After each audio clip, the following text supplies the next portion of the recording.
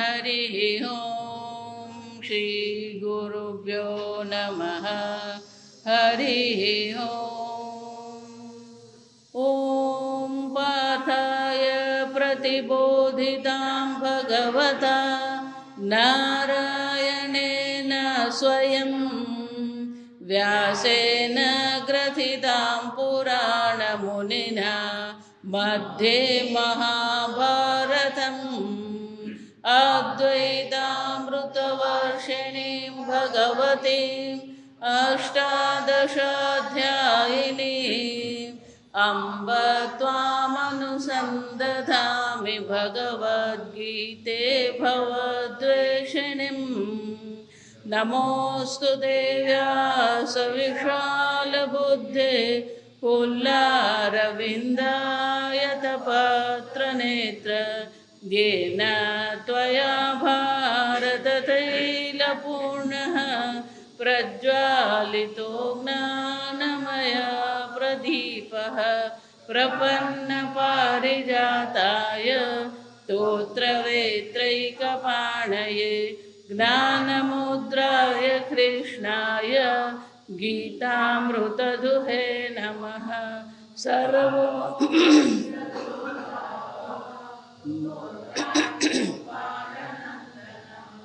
पार्थो वत्स सुधीर्भोक्ता दुग्धं गीतामृतं महत् वसुदेवसुतं देवं कंसचाणूरमर्दनं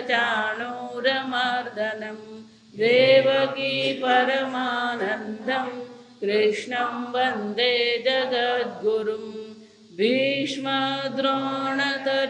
जयद्रथजला गान्धारनीलोत्पला शल्यग्राहवती कृपेण वहने कर्णेन वेलाकुला अश्वत्थामविकर्णघोरमकरा दुर्योधनावर्तिनी सोत्तीर्णा खलु पाण्डवैरणनदी कैवर्तकः केशवः पाराशर्यवचः सरोजममलं गीतार्थगन्धोत्कटं नानाख्यानककेसरं हरिकथा सम्बोधनाबोधितं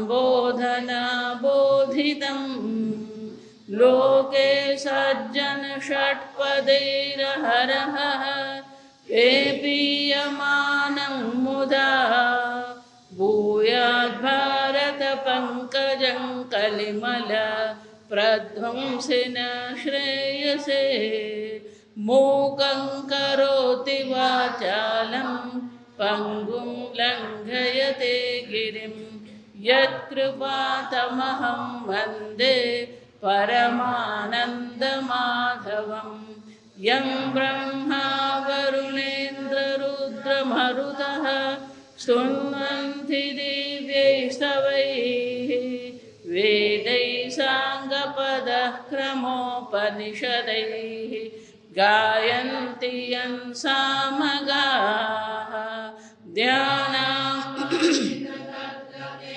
मनसा पश्यन्ति यं योगिनः यस्यान्तन्न विदुःसुरासुरगणाः देवाय तस्मै नमः। ॐ सहना भवतु सहनौ भुनक्तु सह वीर्यं करवावहै तेजस्विनावधीतमस्तु मा विद्विषावहै। ॐ शान्ति शान्ति शान्तिः। 10वां अध्याय श्लोक 35। बृहत्साम तथा साम्नां गायत्री छन्दसामहम् मासानां मार्गशीर्षोऽहम् ऋतूनां कुसुमाकरः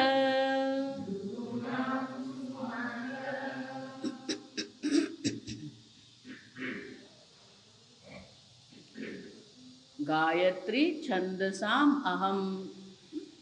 સર્વ છંદોમાં ગાયત્રી હું છું. જો આ સમજ. ગઈકાલે જોયું એમ, ગાયત્રી મંત્ર આપણી બુદ્ધિને ઠીક કરવા માટે. ગાયત્રી મંત્રમાં શું છે? દિયો યો નફ પ્રચોદયાત.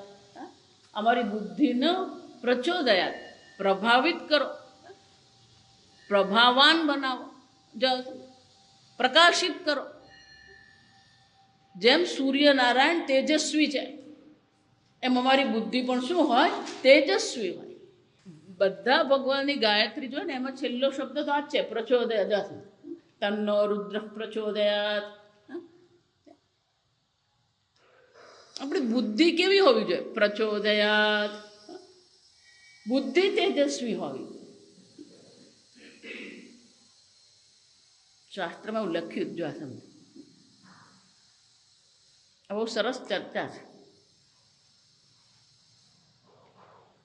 કે ખૂબ મહેનત કરીને આપણે સામાન્ય રીતે આ વડીલો બોલતા હોય, હા, કમાણી કરી ને પછી એમ કે આ વાળ ધોળા એમને એમ નથી થયા, હા, અમારા પરસેવાની કમાણી છે. એટલે શાસ્ત્રમાં બહુ સરસ લખ્યું કે ખૂબ મહેનતથી જો પૈસા મળતા હોય તો રસ્તા પર જે મજૂરી કરવા વાળો છે એની પાસે શું હોવું જોઈએ? ખૂબ ધન હોવું જોઈએ. જો વિચારી જોજો કે બુદ્ધિશાળી ઘણાને પોતાની બુદ્ધિ પર બહુ અહંકાર હોય, એટલે શું કે મારા જેવો બુદ્ધિશાળી કોઈ નહીં, ફટ દઈને હું કમાણી કરી શકું. જો બુદ્ધિશાળી, અત્યંત બુદ્ધિશાળી વ્યક્તિ, એટલે કે બુદ્ધિથી જો પૈસાની કમાણી થતી હોય તો બધા પંડિતો શું હોવા જોઈએ? ધનવાન હોવા જોઈએ. પણ બધા પંડિતો ધનવાન છે? જો વિચાર. એનો અર્થ શું થયો? માત્ર મહેનત કરવાથી કે બહુ બુદ્ધિ વાપરવાથી ધન નથી મળતું. ભજગોવિંદમાં આપણે જોઈ ગયા. જા સમજ કે આપણું જીવન જે છે, ધનની કમાણી આપણે કરીએ જ, ધન મેળવીએ, ભોગ મેળવીએ જ, પણ એ ધન મેળવ્યા પછી કરીએ જ શું? આપણે ધનનો ક્યાં ઉપયોગ કરીએ? ભજગોવિંદમાં શું કીધું? નિજ કર્મોપાતમ વિત્તમ તેન વિનોદય ચિત્તમ. નિજ કર્મ ઉપાતમ, પૂર્વજન્મના કર્મથી, પુણ્ય કર્મ પ્રારબ્ધથી. એનો શું થયો? પ્રારબ્ધથી જે ધન તમને મળે છે એમાં તમારા મનને શું કરવું જોઈએ? સંતોષ રાખવો. નિજ કર્મોપાતમ વિત્તમ તેન વિનોદય ચિત્તમ. જો સમજ, ધન સર્વસ્વ નથી. ધન મળ્યા પછી પણ એ ધનનું તમે શું કરો છો?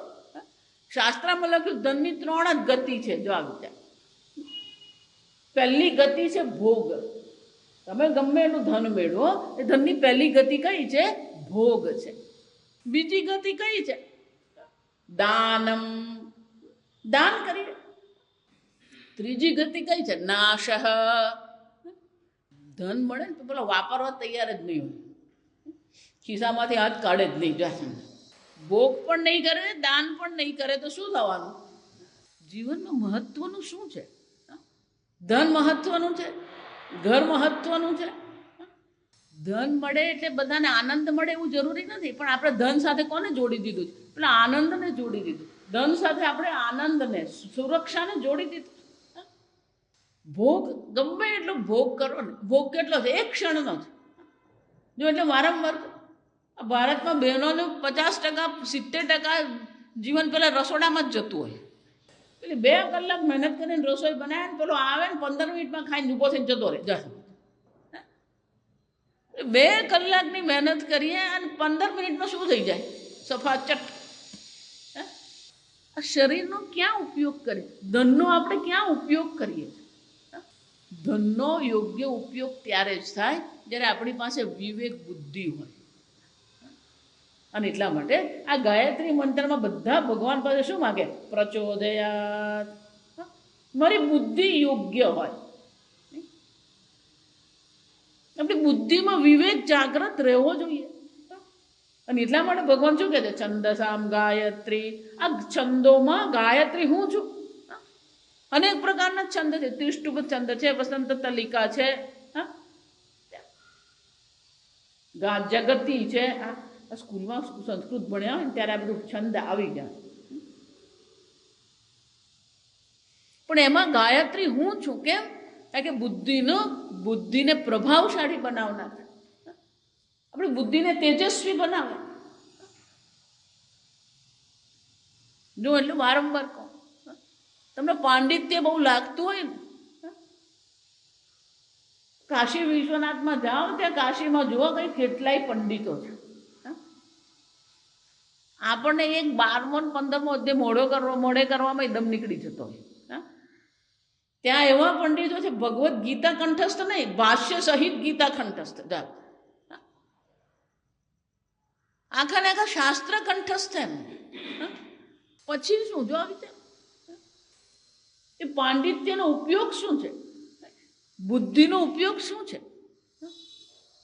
આગળ ભગવાન કહી ગયા, જો છે ચોથા અધ્યાયમાં જોઈ ગયા આપણે. કર્મણિ અકર્મય પશ્યેદ અકર્મણિ ચ કર્મય સબુદ્ધિમાન મનુષ્યેષુ. સર્વ મનુષ્યોમાં બુદ્ધિશાળી કોને કહેવાય? જે અકર્તા આત્માને અકર્તા જાણે છે. આત્મા અકર્તા અભોક્તા છે. જો હું વારંવાર તમને કહું છું કે જેટલાય સંપ્રદાય છે, બધા સંપ્રદાય તમને શું કરાવે છે? પણ તમે કથા કરો ને પછી 108 કુંડી યજ્ઞ કરો ને પછી 1.25 લાખ શું કહેવાય પેલા પાર્થિવ લિંગની પૂજા કરાવો. જો મંદિર બનાવે 5 કરોડનું. જો સમજો, ધનનો સદુપયોગ છે, આપણે ના નથી પાડતા, પણ છેવટે બધા કર્મ છે. છેવટે બધા શું છે? કર્મ છે. અને તમે એ કર્મ કરી રહ્યા છો એનો અર્થ શું થયો? આ પુણ્ય કર્મ છે, પણ એ પુણ્ય કર્મ તમારા કર્તૃત્વનો નાશ કરે છે, તમારા કર્તૃત્વને દ્રઢ બનાવે. જો આ વિચાર, જેટલા પણ પુણ્ય કર્મ છે એ કર્તૃત્વને શું કરે છે? દ્રઢ કરે છે. અને જ્યાં સુધી પેલું કર્તૃત્વ છે ત્યાં સુધી મોક્ષની તો કોઈ ચર્ચા ન, પ્રશ્ન જ નથી. આ સમજો, બુદ્ધિનો ખરેખર ઉપયોગ કરો તો ભગવાન શું કહે છે? બુદ્ધિમાન મનુષ્ય શું? જેણે પોતાને અકર્તા આત્મા જાણી લીધો છે, અકર્તા અભોક્તા, અસંગ નિર્લેપ. જો વારંવાર કહું તમને, આપણે ક્યાંય પણ થોડો વૈભવ દેખાય ને એટલે આપણે આકર્ષિત થઈ જઈએ. માતાજી પેલો મહાત્માનો જ્ઞાન યજ્ઞ છે, પછી શું? સમજો, ગોકર્ણે ભાગવત ગોકર્ણે કથા રાખી, સપ્તાહ કરી. એનો ભાઈ ધુંધુકારીને પ્રેત યોની મળી. ભાઈને મુક્ત કરવા માટે શું કર્યું? ભાગવત સપ્તાહ કરી. ત્યાંય બુદ્ધિને દેવાળું જ છે. જો સમજો, આપણે લોકો જે કરીએ છીએ એમાં, ગોકર્ણે તો પોતાનો ભાઈ પ્રેત થઈ ગયો તો એને મોક્ષ પ્રેત યોનિમાંથી મુક્તિ મેળવવાના વૈકુંઠ લોકમાં જવા માટે શું કર્યું? એને ભાગવત સપ્તાહ કરી. સપ્તાહને અંતે વિષ્ણુદૂત આવ્યા અને માત્ર ને માત્ર ધંધુકારીને લઈ જવા તૈયાર થયા. ત્યારે ગોકર્ણે પ્રશ્ન કર્યો કે ભાગવત કથાનું શ્રવણ તો બધાએ જ કર્યું છે, તો એક ધંધુકારીને શું કામ લઈ જાઓ? બધાએ શ્રવણ કર્યું, બધાને જ વૈકુંઠ લોક મળવું જોઈએ. ત્યારે શું કીધું વિષ્ણુદૂત? કે બધાએ શ્રવણ તો કર્યું પણ મનન ચિંતન કોઈ કર્યું નથી. જ્યારે ધંધુકારી શું કરતો હતો? એ ધંધુકારી શું થતું હતું? પ્રેત હતો ને એટલે પવનથી ઉડી જાય, પ્રેત યોની. એટલે એને સ્થિર રાખવા માટે એટલે ગોકર્ણે શું કર્યું? પેલો વાંસ મૂકેલો ત્યાં, એટલે પેલા વાંસના પોલાણમાં બેસી રહે. અને પેલી વાંસને 7 ગાંઠ હતી, રોજ એક ગાંઠ શું થતી હતી? તૂટતી હતી. અને એ વાંસમાં બેઠો બેઠો રાત્રે પણ શું કરતો હતો? જે ભાગવતનું શ્રવણ કર્યું છે એનું એ ચિંતન કરતો. તે વિષ્ણુદૂત શું કહે છે? અદ્રઢમ શ્રુતમ હતમ. ગમે એટલું શ્રવણ કરીએ પણ એ શ્રવણ કર્યા પછી એને દ્રઢ નહીં કરવામાં આવ્યું હોય તો એ શું થઈ જાય છે? નાશ પામે. શ્રવણ કરીએ છીએ આપણે. અને બીજી મૂર્ખતા આજકાલના કથાકારોની, પેલા માતા હોય, પિતા હોય, દાદા હોય, પુત્ર હોય, એના નામે શું કરે? પેલી કથા બેસાડે. જજો આ ભાગવત કથામાં જજો એટલે ખબર પડે તમને. અને પછી પેલો વાંસ મુકાવડાવે અને આપણે હરખે હરખે વાંસ મૂકીએ. જો આ સમજ એટલે આપણે નક્કી જ કર્યું કે મારા બાપા પ્રેત બની ગયા છે. મારા બાપા પ્રેત યોનિમાં ગયા અને એટલે બાપા માટે શું મૂકવાનું? અને પ્રેત યોનિમાં કોણ જાય? ધુંધુકારી જેવા દુષ્કર્મ કર્યા હોય એને પ્રેત યોની મળે. એટલે મારા બાપા કેવા હતા? કંઈક તો બુદ્ધિ વાપરો. જો આ સમજે જ છું કેમ આવું છું. થોડીક તો બુદ્ધિ વાપરીએ આપણી, થોડોક તો વિવેક જાગ્રત રાખીએ આપણે. પણ પેલું મોટું મોટું દેખાય, મંડપ દેખાય, લાખો લોકો હોય, પછી એમાં પાછો મહાપ્રસાદ મળતો હોય. તો એક બાજુ કથા ચાલતી હોય ને બીજી બાજુ પણ જમણવારે ચાલુ થઈ ગયો હોય, હજી તો આરતી થઈ નહીં હોય. જા આ કથાના અવિવેક કહેવામાં આવે. જ્યાં સુધી ગ્રંથની આરતી નહીં થાય ત્યાં સુધી મહાપ્રસાદ ગ્રહણ થઈ શકે જ નહીં. અવિવેક. બુદ્ધિ ક્યાં છે આપણી? વિવેક બુદ્ધિ જાગ્રત રાખવી પડે. અને એટલા માટે ભગવાન શું કહે છે? ગાયત્રી છંદસામહમ. આપણી બુદ્ધિને શું કરવાની છે? પ્રભાવશાળી, શક્તિશાળી બને. બુદ્ધિમાં વિવેક જાગ્રત રહે. ભગવાન પાસે માગવું હોય ને તો વિવેક બુદ્ધિ માગો, બીજું કશું માગવાનું જ નહીં. જાતે કેમ? ગમે એટલું ધન હોય ને, ગમે એટલી સત્તા હોય, ગમે એટલી પ્રસિદ્ધિ હોય. જે સ્વામીજી બહુ સરસ કહેતા કે દિવસને અંતે રાત્રે તમે નિરાંતે ઊંઘી શકો છો કે નહીં? ગમે એટલે પુણ્ય કર્મ કરાય પણ રાત્રે જો ઊંઘ આવતી નથી એનો અર્થ શું થયો? મારા દાદી કહેતા પુણ્યશાળીને ઊંઘ આવે. પુણ્ય અધર્મ ક્યાંય નહીં. જો ઊંઘ નથી આવતી એનો અર્થ શું છે? ક્યાંક ને ક્યાંક કંઈક અધર્મ છે, ક્યાંક ને ક્યાંક બુદ્ધિના વિવેકમાં કંઈક ખોટ છે. આજે એક બેનને હું મળી જાઉં, મને કે મને ટ્રેનમાં ઊંઘ નહીં આવે, મને પ્લેનમાં ઊંઘ નહીં આવે, મને કોઈના ઘરે ઊંઘ નહીં આવે. આમ ગાયત્રીને કેમ મહાન બતાવે છે ભગવાન. તમારી બુદ્ધિ ઠીક હોય ને તો ગમે ત્યાં ને તમે દુઃખી નહીં થાવ. ગીતામાં ભગવાન શું કહી ગયા? પંડિતા ના અનુશોચનથી. દુઃખી થઈએ છે, મનમાં અસુખ છે, મનમાં કંઈક અભાવની અનુભૂતિ છે, એનો અર્થ શું થયો? ક્યાંક ને ક્યાંક આપણા વિચારમાં ખોટ છે. બુદ્ધિ યોગ્ય હોવી જોઈએ. અને એટલે ભગવાન કહે છે ગાયત્રી છંદસામહમ. આ ગાયત્રી મંત્ર દ્વારા જ આપણી બુદ્ધિને આપણે યોગ્ય કરી શકીએ. યોગ્ય સમયે યોગ્ય વિચાર આવવો એ ઈશ્વરનો અનુગ્રહ છે. આ સમજો. ઈશ્વરના અનુગ્રહ વગર ધનની કમાણી નથી. આ સમજો. ઈશ્વરના અનુગ્રહ વગર યોગ્ય વિચાર પણ આવતો નથી. અને એટલે કે છે ગાયત્રી છંદસામહમ. પણ ગાયત્રી એટલે મેં ગઈકાલે કીધું એમ ફક્ત એ સૂર્ય ગાયત્રીની ચર્ચા નથી. ફક્ત ભગવાને ગાયત્રી કીધું એનો અર્થ શું થયો?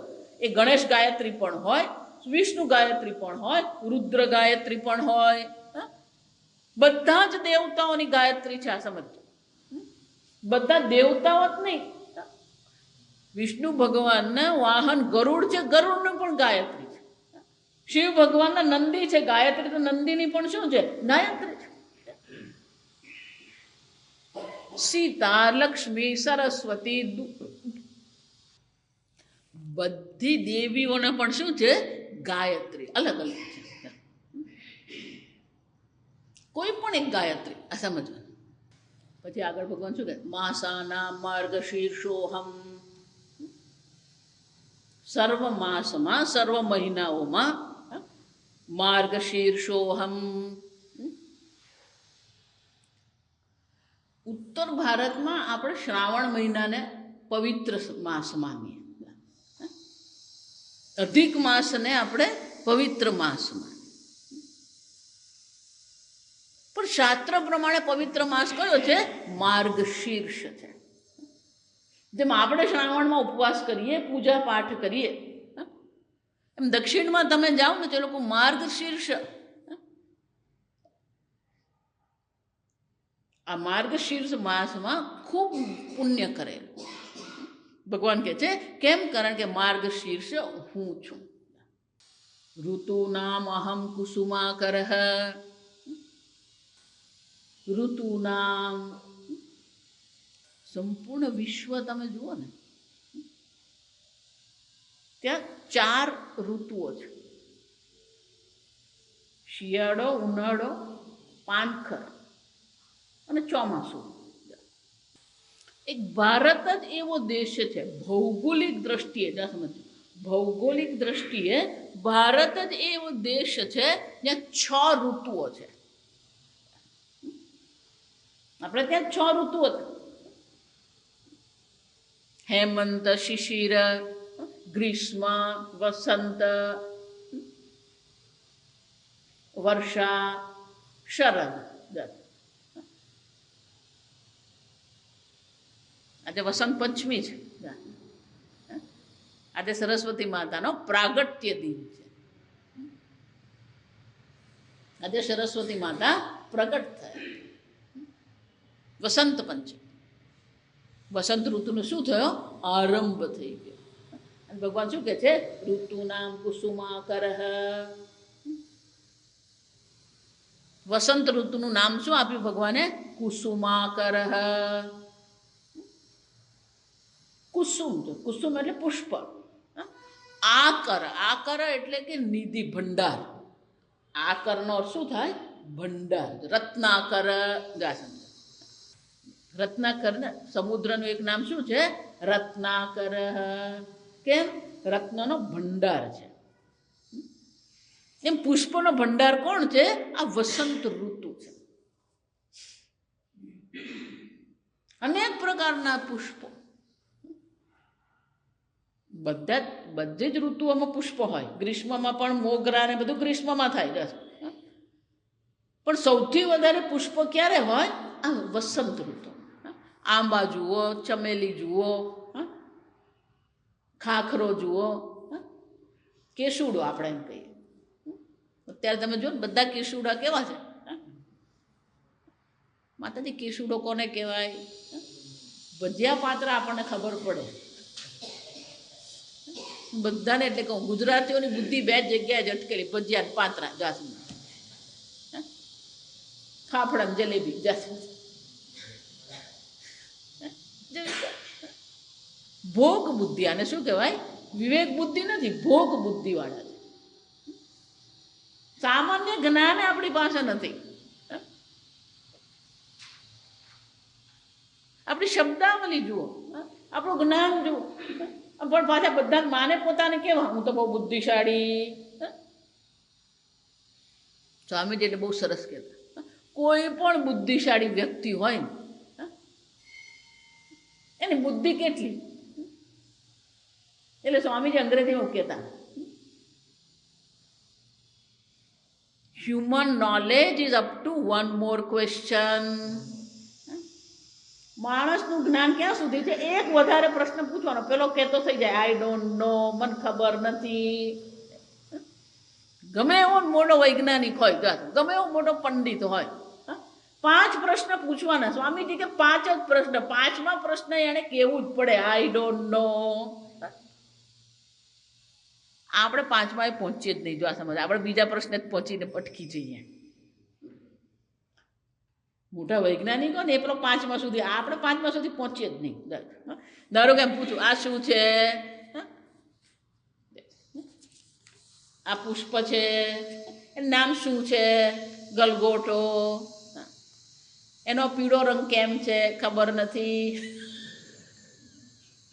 એમાં કેટલી પાંદડી છે ખબર નથી.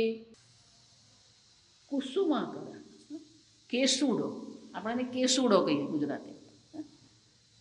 ઉત્તર ગુજરાતમાં જાઓ ને, વડોદરાથી માંડીને આગળ, તમે અત્યારે ત્યાં બજારમાં જુઓ ને તો બધા સૂકા કેસુડા વેચતા હોય. ભીના તાજા કેસુડા ફૂલના વેચાણ થાય ત્યાં. કેસુડાને પાણીમાં મૂકીએ ને એટલે પાણી કેસરી થઈ જાય. ભગવાનને એ કેસુડાના જળથી શું કરાવવામાં આવે? સ્નાન કરાવવામાં આવે. શરીરને આપણે આ ત્વચા એને પણ સ્વસ્થ રાખીએ ને તો કેસુડાના જળથી સ્નાન કરવાનું. પણ આજકાલ તો બધું કોસ્મેટિક એવા હોય, જાત જાતનું લગાવતો ફરે પેલો.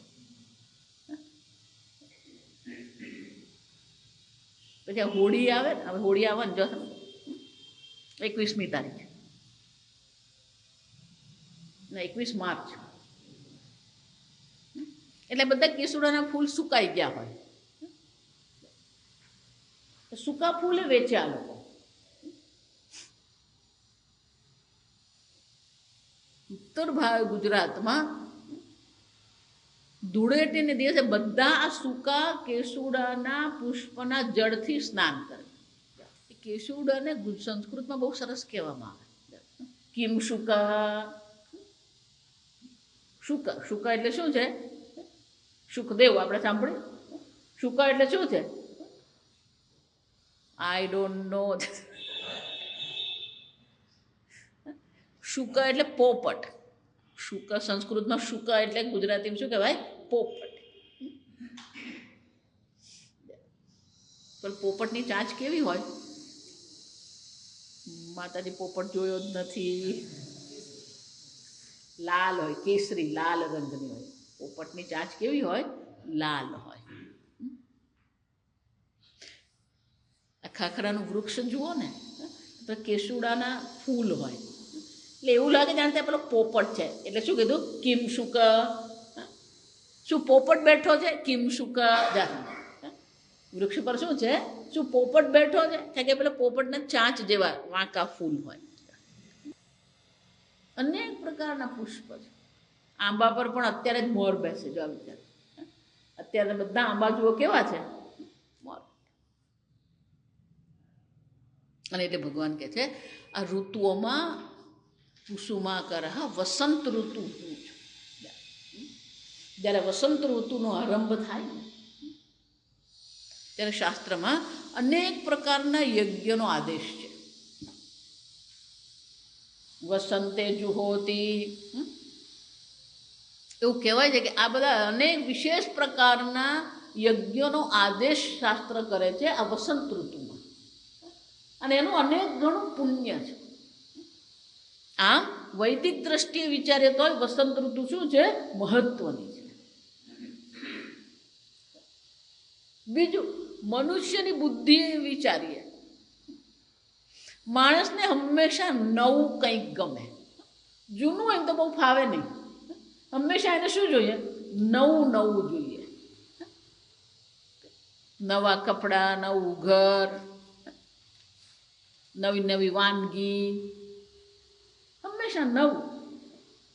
જો આ બાળકોને પણ આનંદ જે આવે ને, શાનો આવે? એ લોકોને પેલું રોજ નવું નવું ભણે, એ લોકો પેલું નવું નવું જાણે, એટલે એ લોકો હંમેશા, તમે જોજો, એ લોકોને બહુ મજા આવે. હંમેશા એ લોકો ઉત્સાહિત હોય. કેમ? પેલું રોજ નવું નવું ભણતા હોય. તો પેલો નોકરીએ લાગે ને પછી ભણવાનું બંધ થઈ જાય.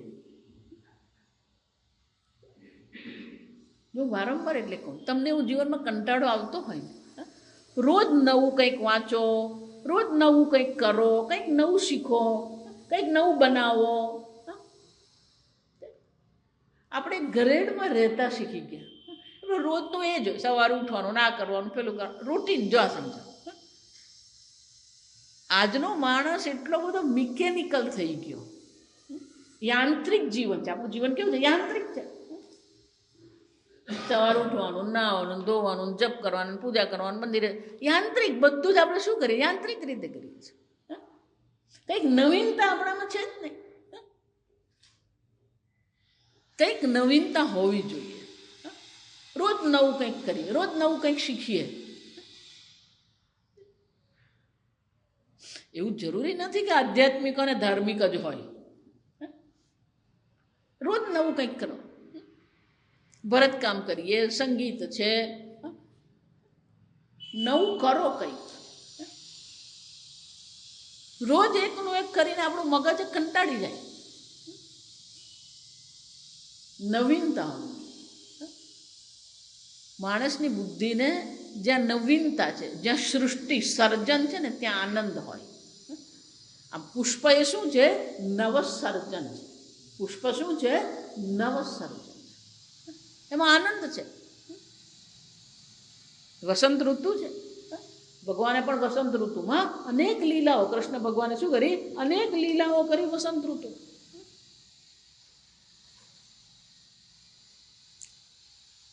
અને એટલે ભગવાન કહે છે આ વસંત ઋતુ હું છું. કારણ કે વસંત ઋતુ કેવી છે? કંઈક નવું, કુસુમાકાર, અનેક પ્રકારના પુષ્પ છે. આંબાની વાડી હોય ને ત્યાંથી બાજુમાંથી પસાર થાવ, સરસ મજાની સુગંધ આવે. મોર બેઠો હોય ને, મોરને શું આવે? સરસ મજાની સુગંધ આવે. એમાં આપણું જીવન પણ રોજ વસંત ઋતુ આપણા જીવનમાં હોવી જોઈએ. રોજ નવું કંઈક કરીએ, કંઈક નવું બનાવીએ. તમારું જે ક્ષેત્ર છે એ ક્ષેત્રમાં રહીને પણ તમે શું કરી શકો? નવીનતા લાવી શકો. એવું જરૂરી નથી. જો આ બહેનો નહીં જોઈએ ને, રોજ રોજ તો દાળ ભાત શાક રોટલી, પણ નવું કંઈક બનાવે ને એ દિવસે એ લોકો ખુશ હોય. કે નવાનો શું હોય? આનંદ. અમારી એક બેન છે, જો સમજ, એ ક્યાંક વાંચે ને ક્યાંક સાંભળે ને ક્યાંક પછી પેલું બનાવે નવું. એટલે પેલો પતિ કે માતાજી બધો પ્રયોગ મારા પર જ કરે. બધું પણ પ્રયોગ કરે પણ આનંદ, હા આનંદ તો આવે માતાજી નવું નવું ખાવાનો. જાય હા, વસંત ઋતુ એ શું છે? નવસર્જન છે, નવીનતા છે. પુષ્પ એ શું છે? સર્જન છે, નવીનતા છે. અને એટલે ભગવાન કહે છે સર્વ ઋતુઓમાં વસંત ઋતુ હું છું. દ્યુતમ ચલયતામસ્મિ તેજસ તેજસ્વિનામહમ જયોસ્મિ વ્યવસાયોસ્મિ સત્વં સત્વવતામહમ. દ્યુતમ, દ્યુતમ એટલે જુગટું, આપણે ગુજરાતી એમને જુગટું કહીએ. ચલયતામસ્મિ, છલ એટલે કપટ. આ કપટ કરનારાઓમાં દ્યુત જુગટું હું છું. કપટ કરનારાઓ પણ હું જ છું. જો સમજ આગળ મેં શું કહ્યું? પર્વતાનામ હિમાલય, પર્વતોમાં હિમાલય હું છું. એટલે ફક્ત એક હિમાલય ભગવાન નથી, બાકીના બધા પર્વતો પણ કોણ છે? ભગવાન જ છે.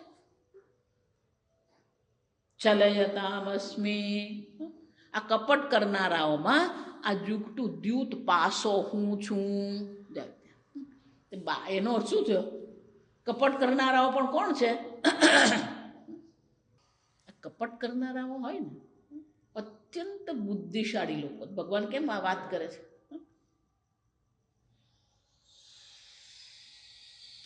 જબ આ ચોરી કરનારા છે, હંમેશા પોલીસ કરતા એક ડગલું આગળ જ હોય એ લોકો. જ્યાં વિચારજો, અત્યંત બુદ્ધિશાળી લોકો. જ્યાં વિચાર પેલો ક્યાં આપણને ઉલ્લુ બનાવી જાય ખબર પડે જ નહીં. પેલો 5 દિવસે ખબર પડે કે પેલો લઈ ગયો. ભગવાન કેમ કહે છે કે આ કપટ કરનારાઓ હું છું? કારણ કે ભગવાન કોની વાત કરી રહ્યા છે? એની બુદ્ધિની. અમેરિકા દેશ છે ને, એના કેટલાક કાનૂનો બહુ સરસ છે. આ સમજો. આપણે ગુજરાતીને રીઢો ચોર કહીએ. રીઢો ચોર એટલે શું છે? એવી ચોરી કરે કે પેલો ખબર પડે જ નહીં. અને પોલીસ પકડવા જાય તો શું છે? પેલો પકડાય જ નહીં.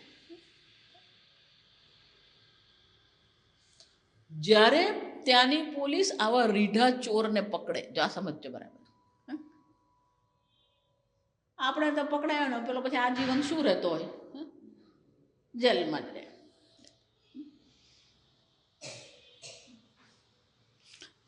અમેરિકામાં એવો એક કાયદો છે, એટલે પેલાને સજા આપે, સજા તો એને કરવાની જોઈએ, પણ એને એક વિકલ્પ આપે, ઓપ્શન આપવામાં. કેમ ઓપ્શન આપે? કારણ કે એની બુદ્ધિ એટલી છે, જો સમજો, એ આવું કરી રહ્યો છે એનો અર્થ શું થયો? એની બધી બુદ્ધિ તો જબરજસ્ત છે. એટલે સરકાર એને એમ કે કામ છે ભાઈ, બેસો. એ બહુ સરસ કે સરકાર કે તારી આ બુદ્ધિ તું અમને સરકારને વાપરવા આપ. એટલે શું થયો? તું સરકાર તરફથી કામ કર અને બીજા ચોર પકડવા માટે મદદ કરજો. આ સમજ. એટલે એનું બુદ્ધિનો એ લોકો શું કરે છે? એને જેલમાં રાખી શકાય, પણ એની જ બુદ્ધિનો સરકાર શું કરી શકે? ઉપયોગ કરી શકે. અને પછી એને નાની મોટી ચપરાસીની નોકરી નહીં આપે. જો સમજો, એને પેલો ચીફ ઓફિસર બનાવે અને પેલો ભલભલી વસ્તુ શોધી આપે હાલો, કારણ કે એને ખબર હોય. જેટલા રીઢા ગુનેગારો જે છે એ બધા ગુનેગારોને એ લોકો શું કરે? પેલો પોલીસ ઓફિસર બનાવે અને પેલા બધી મદદ કરે, કારણ કે એને ખબર હોય, કારણ કે એની પાસે શું છે? બુદ્ધિ છે. ચોર પોલીસ કરતા ચોર હંમેશા એક ડગલું આગળ જ ચાલતો હોય. કપટ કરનારાઓ પણ જે છે ને એવી રીતે કરે ને આપણને ખબર જ નહીં પડે. અને એટલે ભગવાન શું કહે છે? દ્યુતમ, આ પાસા હું છું. કેમ કે દ્યુત આ રમો ને, જુગતું રમો ને, એમાં તમારે ચાલાકી કરવી પડે. જ્યાં સુધી ચાલાકી નહીં કરો ત્યાં સુધી તમે જીતી નહીં શકો. જો આ સમજો, પેલો સીધી લીટીમાં જો રમવા જાઓ ને તો પેલો ક્યાં તમને પછાડી દે ખબર નહીં પડે. ભગવાન શું કહે છે? આ કપટ કરનારાઓમાં હું છું દ્યુત. આ બધી રમત રમીએ ને આપણે, જાત જાતની રમત છે. જો સમજ, પાનાની રમત હોય, તમારી બુદ્ધિને વાપરવી પડે. જો આ સંપૂર્ણ ગીતામાં તમે જોજો, ભગવાન જે પ્રશંસા કરે ને બુદ્ધિની જ કરે છે. આ સમજો, દ્યુતમ છલયમતામસ્મી છલયસ્ય કર્તૃણામ. આ છલ કરનારા, કપટ કરનારાઓમાં પાસા હું છું. હવે બહુ સરસ કહેજો, તેજસ તેજસ્વીનામહમ. આ તેજસ્વીઓનું જેટલું પણ તેજ છે એ કોણ છે? હું છું. વિભૂતિ યોગ જો ખરેખર આપણે ભણીએ ને તો આપણને હું કહેવાનો કંઈ પ્રશ્ન જ નહીં રહે. બધી તેજસ્વીતા અર્જુન જે દેખાઈ રહી છે એ બધી તેજસ્વીતા કોણ છે? હું છું. કોઈ અભિમાનને સ્થાન જ નથી.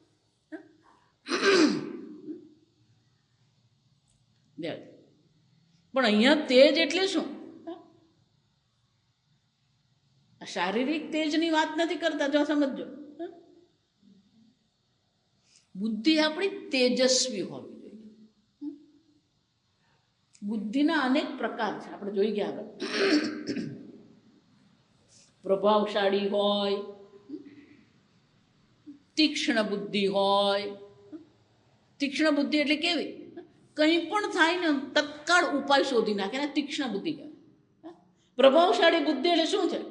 સામેવાળાને આમ તત્કાળ શું કરે? પ્રભાવિત કરી નાખે. તેજસ્વી એટલે શું છે? અત્યંત તેજસ્વી, સૂક્ષ્મ બુદ્ધિ છે. તેજસ્વી બુદ્ધિ એટલે શું છે? સૂક્ષ્મ બુદ્ધિ છે. તેજ સમાન, પ્રકાશ સમાન એની બુદ્ધિ છે. કોઈ પણ વસ્તુને તત્કાળ ગ્રહણ કરી શકે.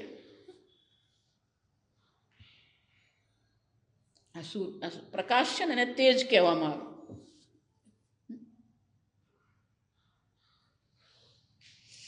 તમે એક બલ્બ આમ ચાલુ કરો, બીજી ક્ષણે આખો જે ઓરડો છે શું થઈ જાય? પ્રકાશિત થઈ, તત્કાળ. જો સમજો, તેજસ્વી એટલે કેવી છે? તત્કાળ. એને કોઈ જગ્યાએ કોઈ મોહ નથી, કોઈ જગ્યાએ કોઈ સંશય નથી, કોઈ પ્રકારનો અસમંજસ નથી. અસમંજસ એટલે ગૂંચવાડો. કોઈ ગૂંચવણ નથી, સ્પષ્ટતા છે. વિચારની સ્પષ્ટતા છે, કર્મની સ્પષ્ટતા, શું કરી રહ્યો છે ને ખબર જ છે. આપણે તો અડધી વાર શું કરતા હોય ને આપણને જ ખબર નહીં હોય. આ કેમ કર્યું, બસ એમ જ બેઠો તો કર્યું જતો. કર્મમાં, વાણીમાં આ તેજસ્વીતા હોવી જોઈએ. અને ભગવાન શું કહે છે, એ તેજ હું છું. એટલું જ નહીં, જયોસ્મી વ્યવસાયોસ્મી જય. જ્યારે જ્યારે પણ વિજય પ્રાપ્ત થાય ત્યારે વિજય પોતાને માથે લેવાનો નહીં. ભગવાન શું કહે છે, કોઈ પણ પ્રકારનો વિજય એ હું છું. મારી કૃપાથી, મારા અનુગ્રહથી જ વિજયની પ્રાપ્તિ થાય. વિભૂતિ યોગ સમજી લે ને બધો અહંકાર આપણો ધોવાઈ જાય. ભગવાન કહે છે વિજય હું છું. આ બધું સંબંધિત છે. આ દ્યુત જે છે ને, પેલો તેજસ્વી હોય ને તો જ આવું કરી શકે કપટ. પણ એ તેજસ્વી હોય ને તો એને વિજય પણ મળે. ભગવાન કહે છે એ જે વિજય તને મળ્યો એ વિજય પણ શું છે, હું જ છું. તારે એને લેવાની જરૂર નથી. કેનો ઉપનિષદમાં આપણે જોઈ ગયા, દેવતાઓએ શું કર્યું, અસુરો પર વિજય મેળવ્યો અને દેવતાઓને શું થઈ ગયું, આ અમારો વિજય છે, આ અમારું બળ છે, આ અમારો પ્રભાવ છે. અહંકાર આવી ગયો.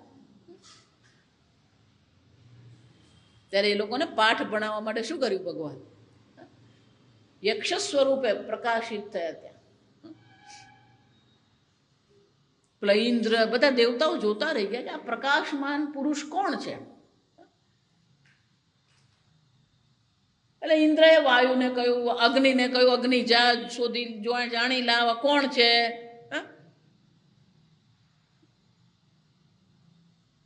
તેજસ્વી પુરુષ છે. પેલો અગ્નિ ત્યાં પહોંચ્યો અને અગ્નિ હજી પૂછે તું કોણ છે. પહેલા જ યક્ષે પૂછી લીધું તું કોણ છે. જા સમજો આ કોના જેવું. પેલા નરેન્દ્ર મોદી ત્યાં ગયા પછી નરેન્દ્ર મોદીને કોઈ પૂછે ભાઈ તું કોણ છે. પેલો અમિત શાહ ઉભો હોય ને કે ભાઈ તું કોણ છે. એમ બધાની વચ્ચે પેલા અગ્નિને પૂછી લીધું ભાઈ તું કોણ છે. અગ્નિને પેલો ધક્કો લાગ્યો કે તું મને ઓળખે.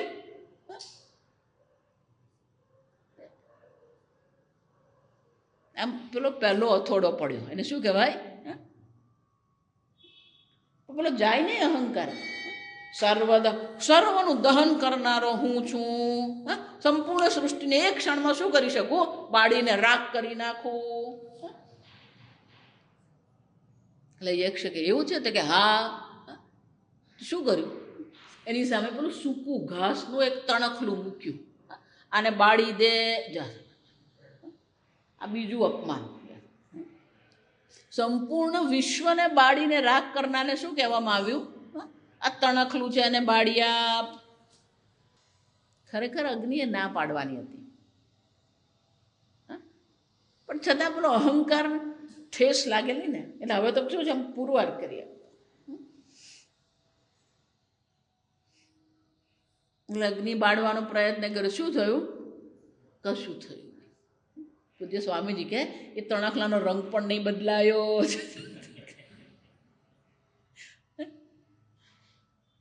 ઉપરથી નીચેથી ને આગળથી પાછળથી બધી બાજુ, ઉત્તર દક્ષિણ બધી બાજુથી પેલો અગ્નિ શું કર્યું, બાળવાનો પ્રયત્ન કર્યો. પેલું તણખું હલ્યું નહીં અને તણખું શું છે, એનો રંગે નહીં. એ તણખલું એવું ને એવું જ રહ્યું. તે અગ્નિ બિચારો શું થઈ ગયો, શરમાઈ ગયો ને પાછો આવ્યો. પાછો આવ્યો એટલે કેવું પડે એને. એટલે ઇન્દ્રએ પૂછ્યું કોણ છે, ખબર પડતી નથી. એટલે વાયુને કે જા વાયુ તું જા. પેલો વાયુ ગયો. હજી પહોંચીને કંઈક કરે, પેલા તું કોણ છે.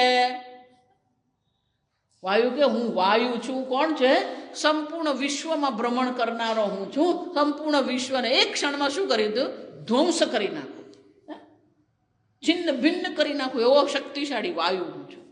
એ ખરેખર કે હા, શું કર, આ તણખલું ઉડાડી આપ.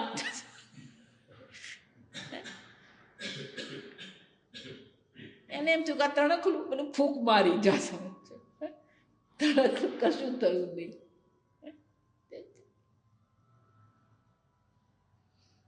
બધા પ્રયત્ન કરી ચૂક્યો, પેલું તણખલું એક વાળ જેટલું ખસ્યું નહીં. ઉડવાનું તો પછીની વાત છે, શું છે પેલું ખસ્યું પણ.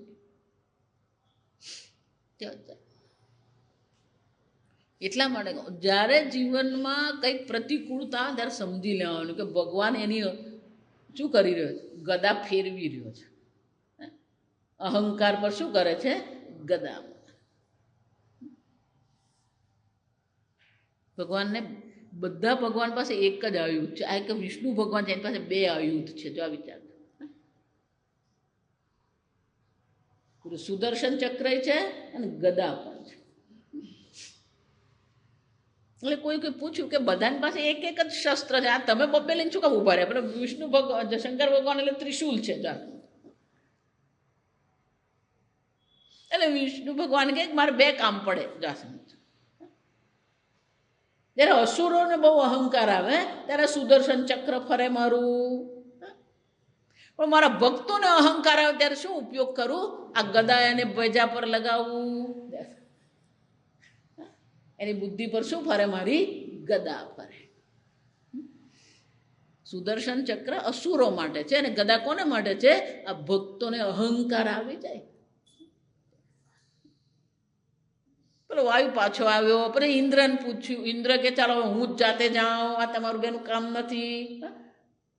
ઇન્દ્ર ગયો, યક્ષ અદ્રશ્ય થઈ ગયા. જો વિચારજો, પેલા 2 સાથે તો વાતે કરી. જા સમજ, ઇન્દ્ર સાથે શું કર્યું? અચાનક જ અદ્રશ્ય થઈ ગયા. પણ ઇન્દ્ર સાત્વિક છે. જા સમજ, એણે જોયું બધું. એટલે એને એમ થયું કે આ કોઈક વિશેષ પુરુષ છે જેને અગ્નિ અને વાયુ સમજી શક્યા નથી. એનો શું થયો? કોઈક દિવ્ય પુરુષ હોવા જોઈએ. જ્યારે પણ જીવનમાં મુશ્કેલી આવે, ઇન્દ્રએ શું કર્યું? ધ્યાન કરવા બેસી ગયા. ઇન્દ્ર ધ્યાન કર્યું. આપણે જ્યારે પણ મુશ્કેલી મુકાય ને એટલે આપણે બહિર્મુખ થઈ જઈએ. ઇન્દ્રએ શું કર્યું? અંતર્મુખ થઈ ગયા. બહિર્મુખ થઈએ એટલે આપણે પછી એટલા બધા વિચલિત થઈ જઈએ. એ પછી સામે જે આવે ને બિચારાને બાપડાને એવો ખખડાવી કાઢીએ ને આપણે.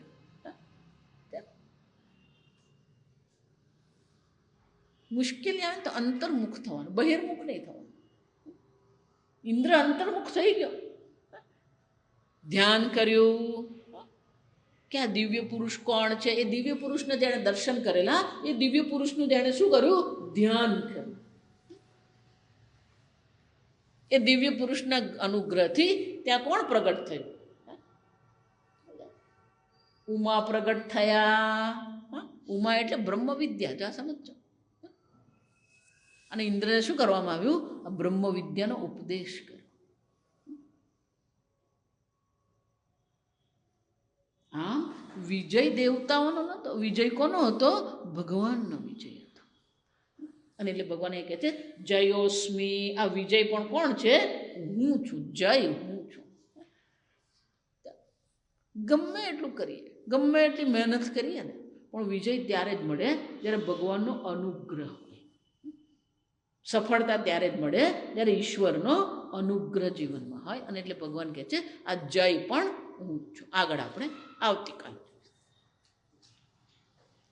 ઓમ સ્વસ્તિ પ્રજાભ્ય પરિપાલયન્તામ ન્યાયેન માર્ગેણ મહિ મહિષાઃ ગોબ્રાહ્મણેભ્ય શુભમસ્તુ નિત્યં લોકા સમસ્તા સુખિનો ભવન્તુ કાલે વર્ષતુ પર્જન્યઃ પૃથ્વી સસ્યશાલિની દેશોऽયં ક્ષોભરહિતઃ બ્રાહ્મણા સંતુ નિર્ભયાઃ.